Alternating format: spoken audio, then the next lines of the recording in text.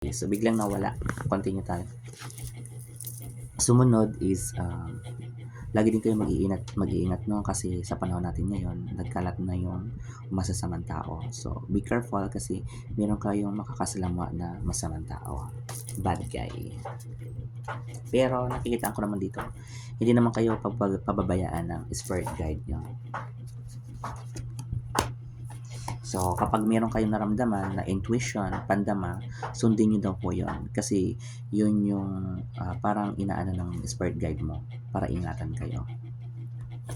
Okay, so, meron din dito, no, ang duwende, dilaw. So, ibig sabihin, meron din kayo nakakasama na hindi natin nakikita. So, iba sa inyong mga Aquarius, no, minsan, yung mga Aquarius is, minsan, may pagka-espiya, tagamasid sa paligid kung may mga masamang parating, nararamdaman nyo daw yon. Saka matalas daw yung pandaman nyo. And then, minsan kayo ay nagbibigay ng mensahe sa mga mahal nyo sa buhay, lalo na yung mga importanteng information. At saka iba sa inyong Aquarius is matalas yung pandama, matalas yung pang-amoy, matalas yung pandinig, paningin. At saka yung iba sa inyo is malapit sa hayop. Or katulad ng mga aso, pusa, kung ano mang alaga nyo sa inyo, malapit sa animals. Okay, may pink din na duwende. So, maraming elemental ako nakitaan sa inyo, no? May pink at saka dilaw. May diwata. Okay.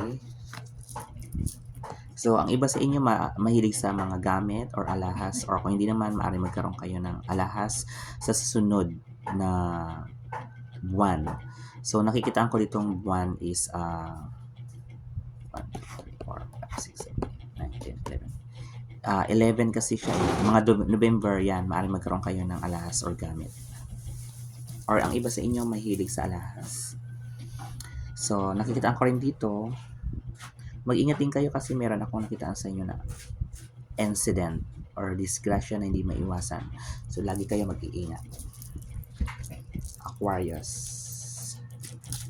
Okay, so about naman sa health.